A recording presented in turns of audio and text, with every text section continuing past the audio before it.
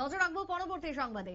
মান্দায়ের KBI junior basic school, যেখানে ছাত্রছাত্রীর সংখ্যা 12 জন অথচ শিক্ষক শিক্ষিকা 2 জন। তাহলে কি ইউজিসির গাইডলাইন সম্পূর্ণভাবে উল্লঙ্ঘিত এই স্কুলে? এমনই ছবি উঠে আসছে। কিভাবে হবে পঠন পাঠন? শিক্ষক শিক্ষিকা নেই, অন্যদিকে ছাত্রছাত্রী 12 জন রয়েছে মাত্র সেখানেও।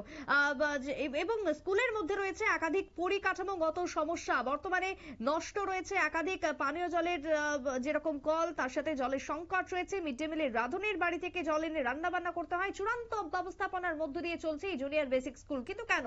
তাহলে কি রাজ্য শিক্ষা দপ্তরের কোনো রকমের নজর নেই শহর বা শহরতলি স্কুলগুলোতে? ঠিক কি অভিযোগ, শুনুন। কি কি সমস্যা রয়েছে? আমরা স্কুলে জলের সমস্যা, আর ঘর তো একদম তুলি সহ সব ভাঙ্গা, আর এদুরই জলের সমস্যা। যদি মিড ডে মিল যদি রান্না হয়, তারপরে আপনারা কিভাবে মিড ডে মিল পরিচালনা করতেছেন? মিড ডে মিল চালু করতে গেলে ওই রান্ধনা তারা এখান থেকে জল আইনা লাগে আর কি। এরপরে এখান থেকে আইনা সারা রান্ধে, ভাত রান্ধে, তরকারি রান্ধে। আপনারা অভিযোগ করছেন? অভিযোগ করছে অনেকবার, পাই না, চালু করছে না জলের যোগ।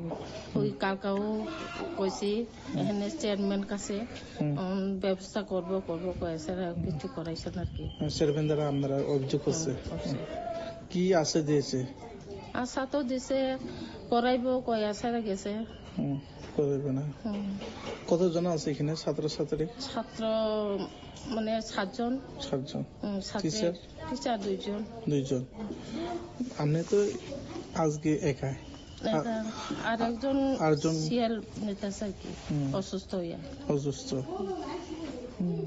আমরা কইছি। আপনারা শুনলেন স্কুল থেকে যে অভিযোগ উঠে আসলো। নবলক্ষ্মী দেববর্মা তিনি অভিযোগ তুলেছেন একাংশ পরিকাঠামোগত সমস্যা রয়েছে।